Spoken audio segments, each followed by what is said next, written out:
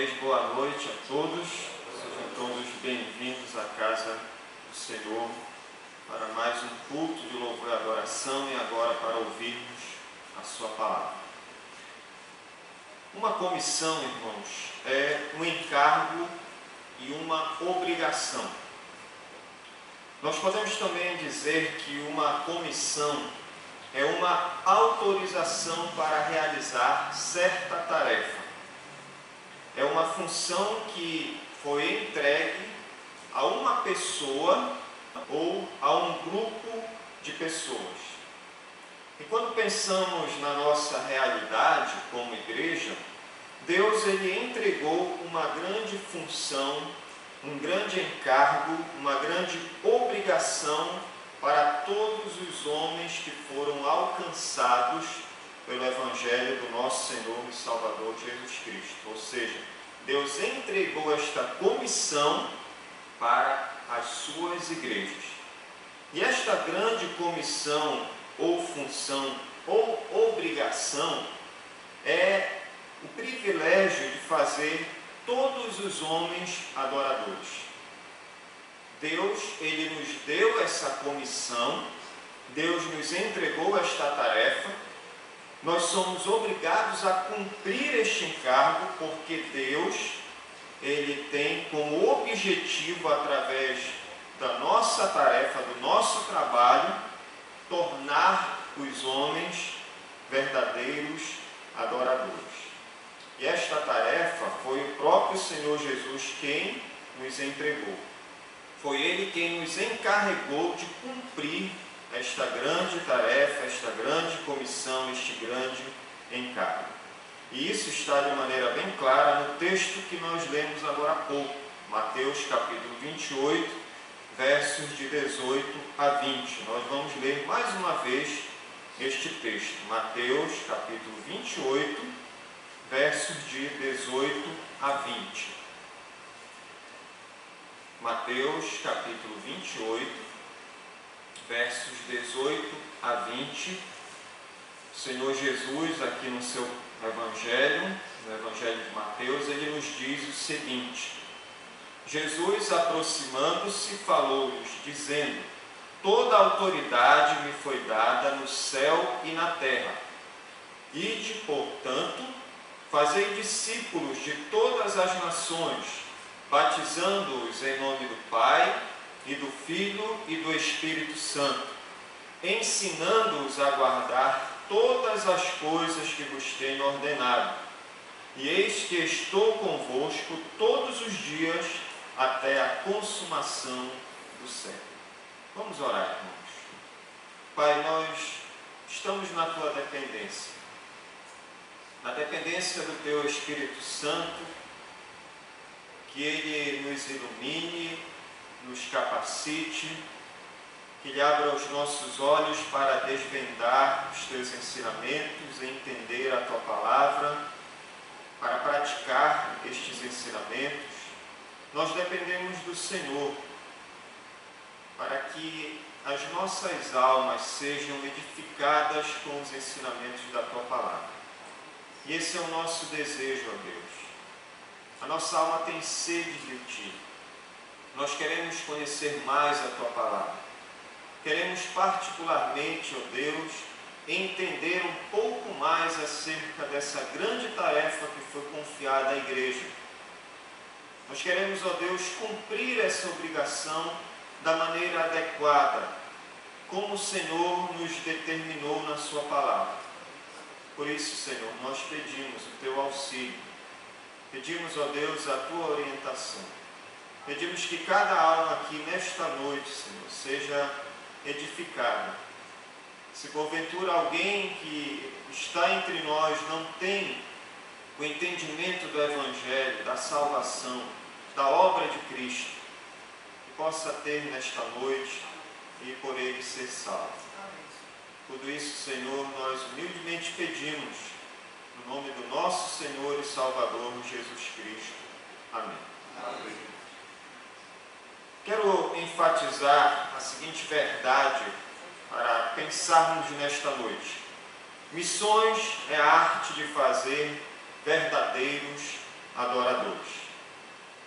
O trabalho missionário que uma igreja faz tem como objetivo transformar, pela mensagem do Evangelho, o homem pecador em um verdadeiro adorador.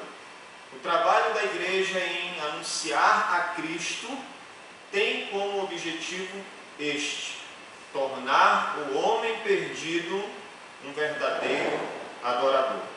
E o que é que a igreja ela precisa para cumprir este mandato? O que é que a igreja tem que fazer para poder tornar o homem pecador um verdadeiro adorador de Deus? Primeiramente, irmãos, a igreja ela precisa sair. Para que ela comece a cumprir o seu propósito de transformar o homem pecador em um verdadeiro adorador, ela deve primeiramente sair. Observem que antes de comissionar os seus discípulos, Jesus, aqui no nosso texto, ele apresentou uma justificativa para tal missão. No versículo 18 diz: Jesus, aproximando-se, falou-lhes, dizendo: toda a autoridade me foi dada no céu e na terra. O que é a autoridade, irmãos? A autoridade nada mais é do que o direito e o poder de determinar a seus subordinados que eles façam o que você lhes ordenou.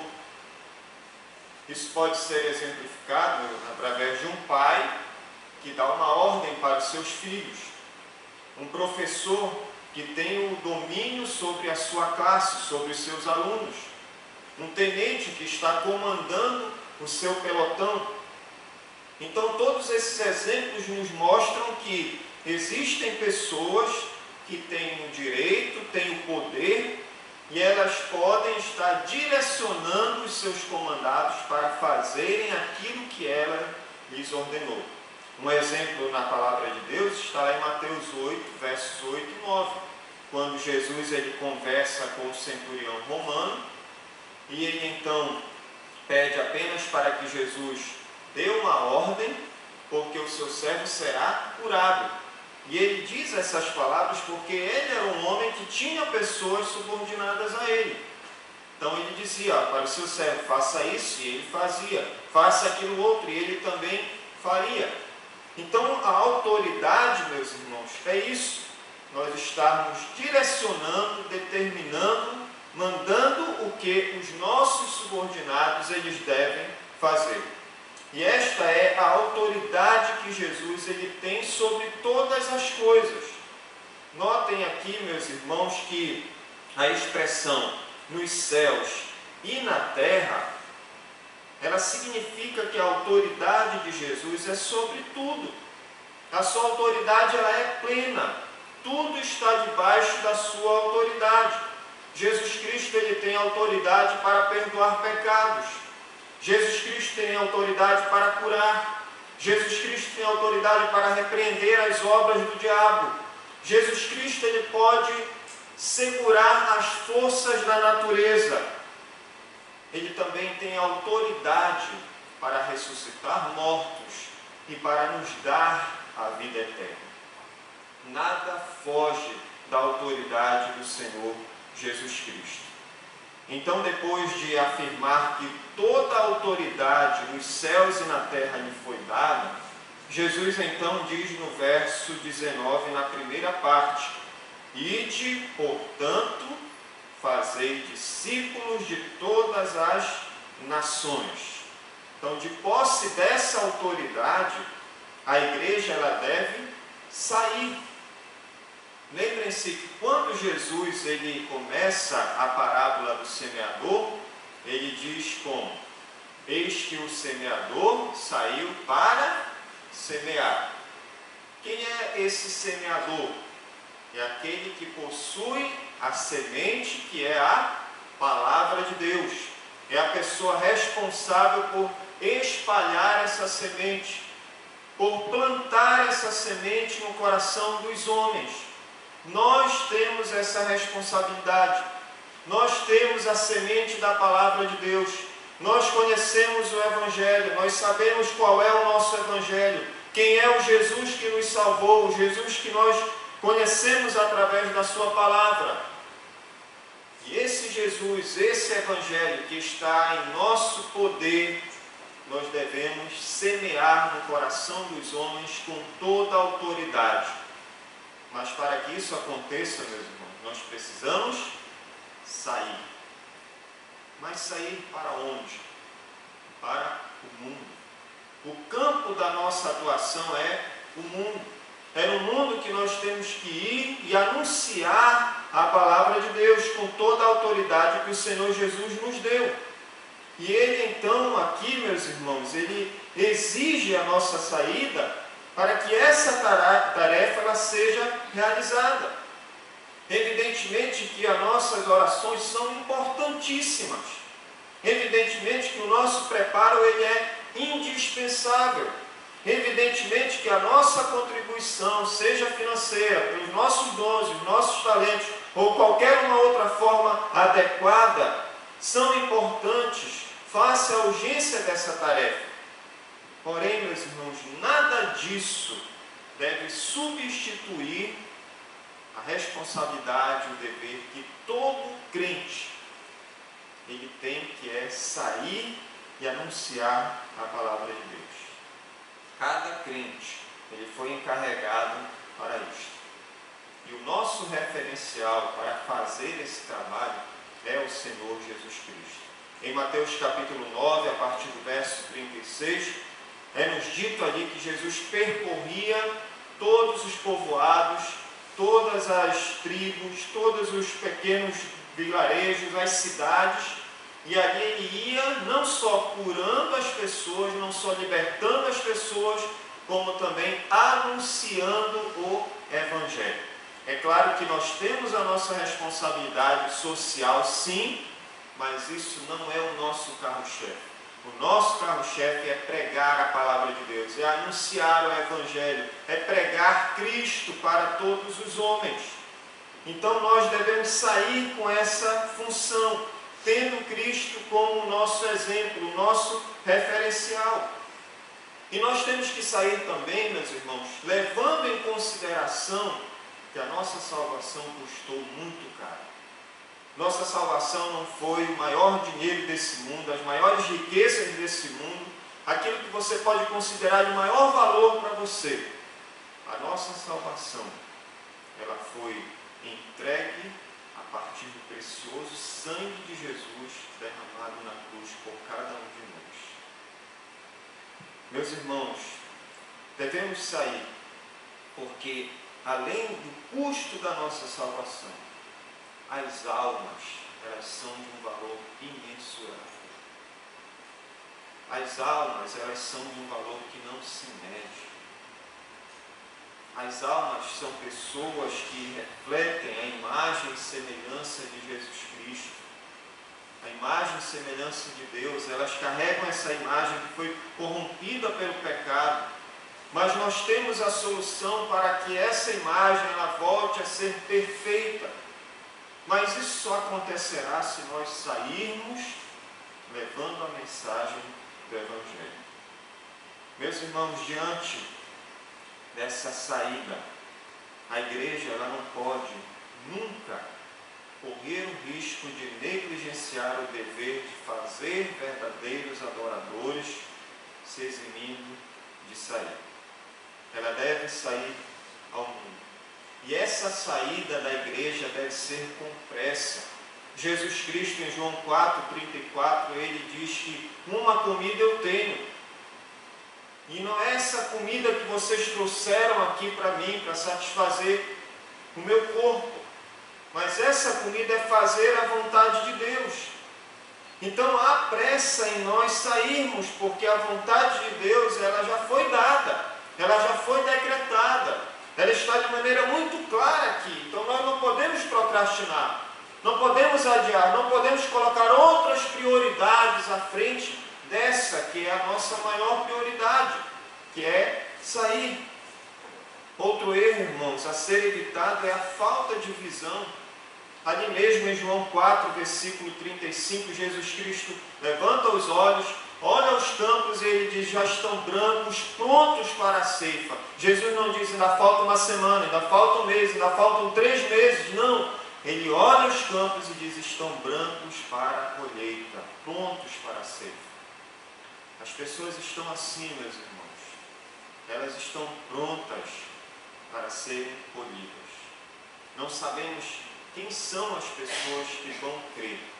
Mas independente disso, e isso não é desculpa, o nosso dever é sair, é anunciar a palavra, é pregar o Evangelho, é mostrar para as pessoas que existe um Cristo, um Salvador, falar da sua obra a essas pessoas, porque existem muitos irmãos que estão caminhando rapidamente em direção ao inferno. E cabe a nós desviarmos pela palavra de Deus, pelo Evangelho de Jesus Cristo, essas pessoas desse terrível caminho, sem levar em consideração, sem nos esquecer, que sobre nós pesa esta responsabilidade. Se nós sabemos do perigo que as pessoas correm e nós não as avisarmos, nós seremos responsabilizados pelo sangue dessas pessoas. Então, cabe a cada um de nós, amados irmãos, sair. A igreja ela deve ter a consciência de que a tarefa é grande. Essa tarefa é nossa. Ela não deve se fechar, ela não deve se acomodar, ela não deve se orgulhar das suas realizações, da sua estrutura, do seu poderio financeiro. A igreja ela deve sair. Porque todos os recursos que nós precisamos para essa saída, nós temos. Quando Jesus envia os 70, eles chegam e se regozijam por quê? Porque curaram demônios, ou expeliram demônios, curaram doentes, pregaram o Evangelho, pessoas se converteram. Mas tudo isso pela autoridade e poder do nome de Jesus. Então cabe a nós, irmãos, sairmos. Nós saímos do nosso trabalho, nós saímos da nossa escola, na nossa faculdade, na nossa vizinhança, na nossa rua. Nós saímos em vários lugares. São várias as saídas que nós temos para pregar o Evangelho. Vamos aproveitar essas saídas que Deus apresenta diante de nós. Mas ainda, irmãos, para fazermos verdadeiros adoradores, é preciso sair com um propósito, que é fazer discípulos. Nós temos uma mensagem, nós levamos essa mensagem, compartilhamos essa mensagem. Nós apresentamos Cristo ao homem pecador. É claro, apresentamos também Deus, apresentamos a condição desse homem, apresentamos o destino desse homem, que podem ser 2.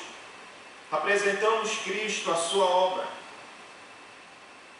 Mas, irmãos, quando nós falamos em fazer discípulos, o que isso significa para nós? Isso significa fazer imitadores de Cristo. É isso mesmo que você ouviu. Fazer imitadores de Cristo, pequenos cristos, pequenos cristãos. E como é que nós fazemos isto, irmãos? Notem aqui que Jesus diz: ide, portanto, fazer discípulos de todas as nações. O que Jesus está querendo aqui com essa palavra? Ele está aqui nos ensinando a buscar diversidade étnica. A palavra nações aqui no versículo 19, ela não significa países, como Brasil, Estados Unidos, Alemanha. Não é este o sentido da palavra aqui. Mas esta palavra, ela carrega o sentido de grupos étnicos, grupos linguísticos e culturais, grupos que estão dentro dos países, dentro das nações, como os grupos que existem dentro da China, como as diversas etnias indígenas aqui dentro do nosso país, como os diversos grupos que habitavam a terra prometida quando Israel entra e conquista aquela terra. Isso, irmãos, nos chama a atenção e deve abrir a nossa mente para o fato de que às vezes nós recebemos um missionário, ou recebemos um relatório de um missionário que tem a convicção de que Deus o chamou para pregar em uma tribo inóspita lá dentro da África, que nunca teve contato com a civilização. E aí nós pensamos, esse homem está fora de si. Esse homem, será que tem um chamado mesmo? O que ele vai fazer pregando para essas pessoas? Não sei não. Acho melhor a gente não ouvir esse relatório, não contribuir. Isso aí, acho que não é vontade de Deus não. Será? O que a palavra de Deus nos diz aqui? Que existem nas nações pequenos grupos, pessoas de todas as etnias, de todas as línguas, de todas as tribos, de todas as culturas, que Deus escolheu para ouvirem a palavra e serem salvas. Então é por isso que muitos missionários vão até lá. Vão até lá pregar o Evangelho, fazer discípulos verdadeiros adoradores. Então a tarefa da igreja consiste em sair para fazer discípulos de todas as nações, de todos estes grupos étnicos. Então, onde houver um grupo distinto de pessoas sem nenhum discípulo de Jesus, a igreja ela deve sair nessa direção. Ela deve fazer discípulos ali. E, meus irmãos, isso deve nos chamar também a atenção para o fato de que não existe nenhuma parcialidade de Jesus nesta missão. Nós vemos Jesus conversando com uma diversidade de pessoas. E quando nós olhamos para Apocalipse 5, Apocalipse 7, nós não vemos apenas um grupo de pessoas de uma nação salvos, mas são pessoas de todas as gerações, de todas as nações, de todas as tribos, de todas as línguas. E nós estamos lá. Eu me consigo ver lá. Vocês se conseguem ver lá? Nós estamos lá. Fazemos parte daquele grupo. Um dia foi alcançado porque alguém saiu da outra América, veio até aqui, trouxe a palavra, pregou o Evangelho. E nós então estamos aqui agora como a bola da vez, responsáveis por sair, por fazer estes discípulos. Louvo a Deus, irmãos, porque foi aqui nesta igreja que Deus nos chamou para que eu pudesse também sair e fazer discípulos. Louvo a Deus, irmãos, porque aqui nessa igreja ainda podem sair pessoas que Deus está trabalhando, que o Espírito Santo está tocando, que a palavra está convencendo, pessoas que Deus está colocando no seu coração o desejo de sair, de fazer discípulos. Atenda a voz do Senhor. Não se preocupe como Deus vai te manter, mas Ele vai manter, porque aquele que vos chama é fiel, e assim Ele o fará. Disponha-se para sair e fazer discípulos. Meus irmãos, quando pensamos nesse dever da igreja em fazer discípulos, a quem é direcionado o foco aqui? O destaque, meus irmãos, o foco nesta tarefa, ele está em Cristo e não no discípulo. Ele imita o Mestre, ele anda com o Mestre, ele come com o Mestre, ele fala, ele age, ele reage com o Mestre. Ele não tem voz em si mesmo. A sua vida se baseia em ser como o Mestre. Inclusive, a sua mensagem é a mesma do seu Mestre. Quando nós olhamos para o Antigo Testamento, qual era a mensagem dos profetas ali? Deus levantava um homem, e dizia que a nação tinha que se arrepender, não é? Tinha que abandonar os seus pecados e se voltar para Deus. E aí a gente chega em João Batista, o que João Batista diz? Arrependei-vos, não é? Quando Jesus vem, qual é a mensagem de Jesus? Arrependimento. Quando a igreja começa, na primeira mensagem, no dia de Pentecostes, o que Pedro diz? Quando as pessoas perguntam, e agora o que nós vamos fazer? Arrependei-vos. Essa, meus irmãos, é a mensagem do Evangelho. Arrependimento, abandono dos pecados, se voltar para Deus através de Cristo, confiar nele, confiar na sua pessoa, na sua obra perfeita, que ele ressuscitou, que ele subiu aos céus, está à direita de Deus intercedendo por nós, e dali um dia ele vai se levantar e vir a estas nuvens e levar a sua igreja. Esta é a mensagem que nós temos que pregar. E esta mensagem, irmãos, ela não deve ser baseada na nossa capacidade, na nossa eloquência, na nossa sabedoria. Essa mensagem é dada para aqueles que se dispõem a pregar. Jonathan Edwards, grande pregador, teólogo, ele tinha um sério problema de vistas. E ele escrevia todo o sermão dele. Ele colocava as folhas aqui e ele apenas lia. Ele lia todo o seu sermão. Não tinha uma voz mais forte, uma voz mais fraca. Ele simplesmente lia. E um dos seus sermões, Pecadores nas mãos de um Deus irado, pregado nesse formato, foi responsável pela salvação de várias e várias almas. Não depende de nós, irmãos. O que nós temos que fazer é apenas se dispor, que Deus ele vai usar as nossas vidas. Nós somos instrumentos nas mãos do Redentor. E Ele quer apenas a nossa disposição. O foco é nele, na sua mensagem.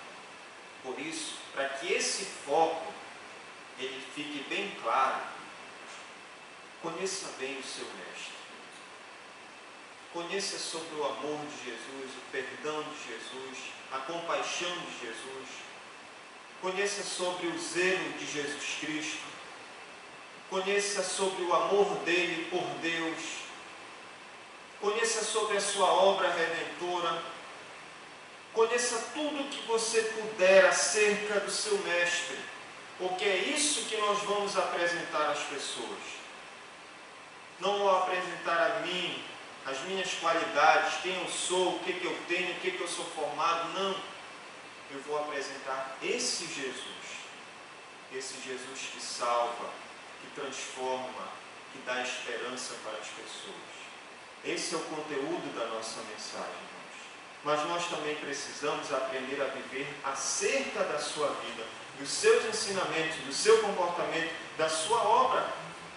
Nós temos que viver em função desse Salvador. Nós não podemos simplesmente apresentá-lo como uma figura, como alguém de quem nós temos um conhecimento teórico, mas apresentá-lo como alguém que nós incorporamos, que faz parte da nossa vida, que é o Senhor da nossa vida, da nossa família, dos nossos negócios, dos nossos pensamentos, das nossas decisões, de tudo. É esse Senhor que domina a nossa vida. É Ele que nós temos que apresentar às pessoas. Meus irmãos, nós também, para sairmos e fazer discípulos, precisamos também apoiar cada vez mais missionários que desejam pregar a grupos étnicos que nunca ouvimos falar. E ainda, irmãos, confiar nos caminhos indiretos e às vezes inescrutáveis de Deus. Como nós mencionamos hoje, no texto que abrimos a nossa sessão, em Atos, capítulo 16, de 6 a 9, Paulo havia feito planos com a sua equipe. Eles estavam determinados a ir a um local mas Deus, através do seu Espírito, não, vocês não vão para aí. Vocês vão para outro lugar. Vocês vão para Filipos. Através da mensagem do varão macedônico, eles ouviram Deus direcionando para Filipos. Ali em Filipos eles pregam o evangelho a Lídia, uma gentia. Eles libertam uma jovem que tinha um espírito adivinhador. Por conta disso, os seus senhores não gostaram, denunciaram Paulo, Silas, eles foram presos.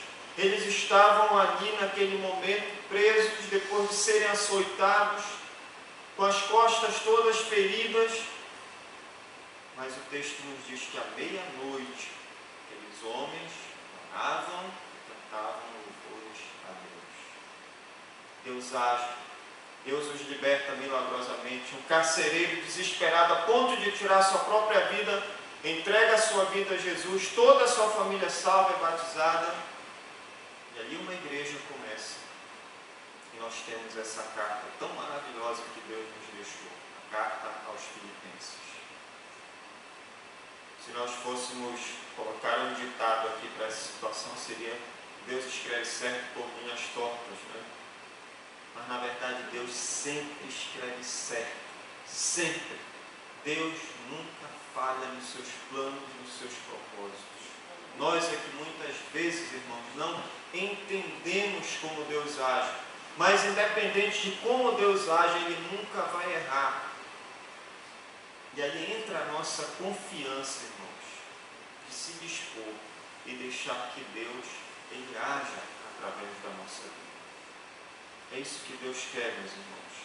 A nossa disposição para sair, fazer discípulos, cumprir o nosso dever, que é formar verdadeiros adoradores. Mas não é só isso. Nós precisamos também multiplicar os discípulos. Mas por que mais discípulos? Porque Deus quer que esses discípulos o adorem. Não existe outro Deus, irmãos. Só há esse Deus, o único Deus verdadeiro, que criou os céus, a terra e tudo que neles há. O Deus que enviou a este mundo seu único Filho para a nossa redenção. Só existe esse Deus, e a gente vê que só existe esse Deus quando Israel adora somente a esse Deus, e nós também adoramos apenas a este Deus. E este Deus, tanto no Antigo Testamento, através de Israel, como no Novo Testamento, quando a igreja se inicia, o propósito dele é um só: fazer mais discípulos para a sua adoração. Em toda a Bíblia, irmãos, nós vemos claramente este desejo de Deus. No Salmo 105, Salmo 117, Jeremias 13, 16, João 4, 24. Quando o apóstolo Paulo chega em Atenas, ele prega ali que só existe um Deus, qual todos deveriam adorar, e algumas pessoas se convertem. Em 1 Pedro 2,9, nós somos reino e sacerdotes, nós somos uma propriedade peculiar desse único Deus. Tudo isso, meus irmãos, é para a sua adoração. Tudo isso é para que mais discípulos sejam feitos para a adoração desse Deus. Há um propósito, irmãos, para a salvação projetada por Deus em Cristo. O ponto final não é a salvação em si. Não é termos apenas a certeza da nossa salvação. A certeza de que vamos passar a eternidade com Deus. A certeza de que a ira de Deus ela não está mais sobre nós. A certeza de que os nossos pecados não nos condenam mais. A salvação não para por aí. A salvação ela tem um sentido em que diante de Deus nós somos santos. Não há mais nenhuma condenação que pese contra nós. Toda a culpa do nosso pecado ela foi lançada na cruz. Nós recebemos em troca, mediante a fé, a justificação dos nossos pecados, o perdão dos nossos pecados. Diante de Deus, o Senhor olha para nós e diz: justificados, pois, mediante a fé, temos paz com Deus. Passamos de um estado de alienação, de inimizade, e agora fazemos parte do povo de Deus. Somos filhos herdeiros de Deus, co-herdeiros com Cristo. Nós temos o nosso nome escrito no livro da vida. Nós fazemos parte da Igreja Universal. Nós agora temos um Senhor, nós temos uma mensagem, nós temos uma bendita esperança. Nós temos tudo, irmãos, todas as bênçãos nas regiões celestiais. Mas a salvação não é só ter todos esses privilégios. Salvação, meus irmãos, é a adoração a Deus. Você foi salvo para ser um adorador, para viver com o propósito do louvor e a glória de Deus. Então, como transformar as pessoas em adoradores? Há um curso específico de levitas, vocês sabiam? Esses levitas, eles aprendem a cantar, eles aprendem a cuidar do templo, eles aprendem a sacrificar animais. Você sabia disso? É este curso que te torna um verdadeiro adorador. Você sabia?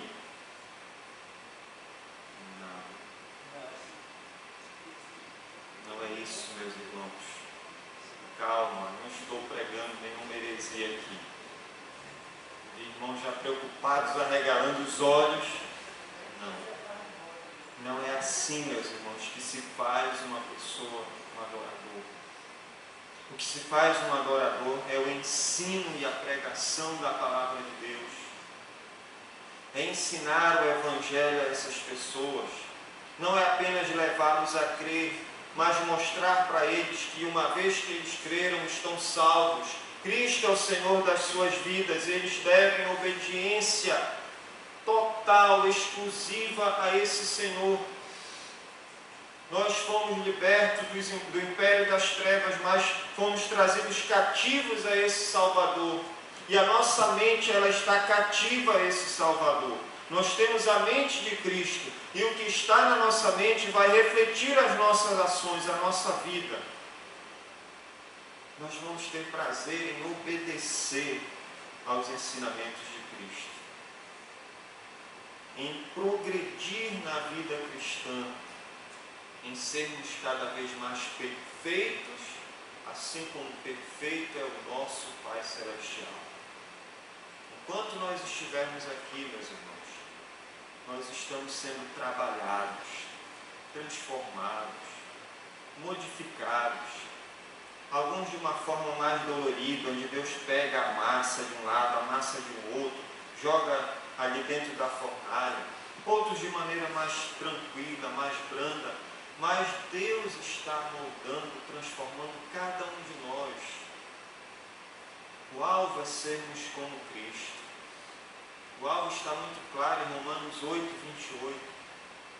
Nós fomos salvos da condenação do inferno, nós fomos justificados, estamos sendo santificados, porque o alvo está lá, em Cristo.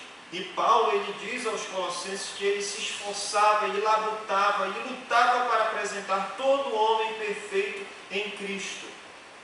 E esse é o nosso dever, meus amados. Esse é o nosso dever. De nós estarmos desenvolvendo a nossa salvação, sendo mais semelhantes a Cristo, porque o nosso objetivo é a adoração para o louvor da glória de Deus.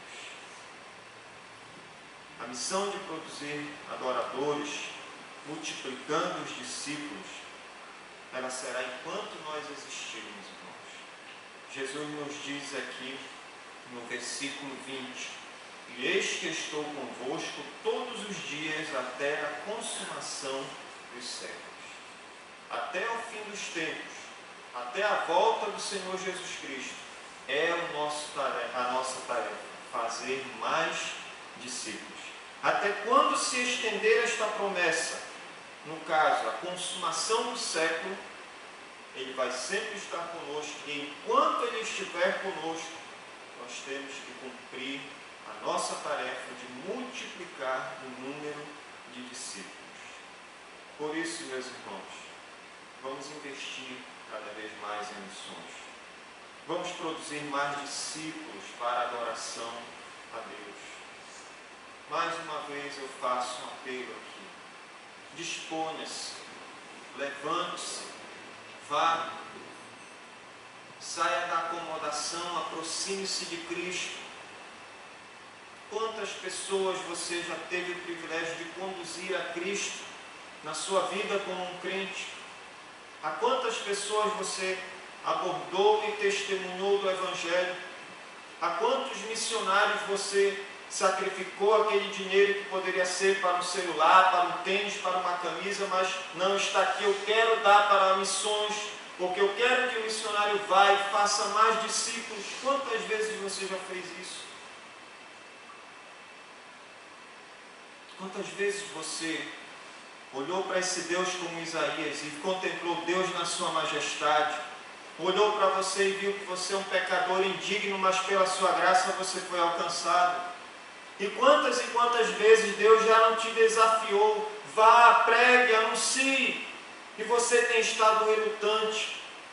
Esse é o momento de você se levantar, de você ir, de se dispor, de fazer muito mais discípulos, porque é o que Deus deseja da nossa parte para formar um povo de adoradores. Mas não nos esqueçamos, meus amados irmãos, de pedir que o nosso amor a Deus, pela sua causa, pelos perdidos, ele aumente cada vez mais. Que o nosso amor de uns pelos outros aumente cada vez mais. Paulo ora nesse sentido ali em Filipos, pelos filipenses, que o amor deles aumente cada vez mais, tanto por Deus como de uns pelos outros. O pecado está crescendo, está aumentando, e Jesus diz em Mateus 24, por se aumentar a iniquidade, o amor de quase todos esfriará. Por isso que a gente tem visto um arrefecimento em missões. A gente tem visto uma falta de desenvolvimento na obra missionária, de sacrifício, de disposição, porque o pecado tem crescido, tem até adentrado na igreja. E muitos com isso têm deixado de amar a Deus, amar a sua causa, têm amado mais o mundo, mais o eu, mais as coisas que lhe dão prazer, satisfação, do que Deus e a sua obra, do que o homem perdido que precisa da salvação. Peçamos a Deus, irmãos, que o nosso amor nunca caia nessa condição, mas que o nosso amor sempre aumente cada vez mais. Vamos também renovar o nosso compromisso de orar pela obra missionária, de interceder pelos missionários. É bíblico, nós lemos em 2 Tessalonicenses capítulo 3, Paulo também pede essa oração em Efésios capítulo 6,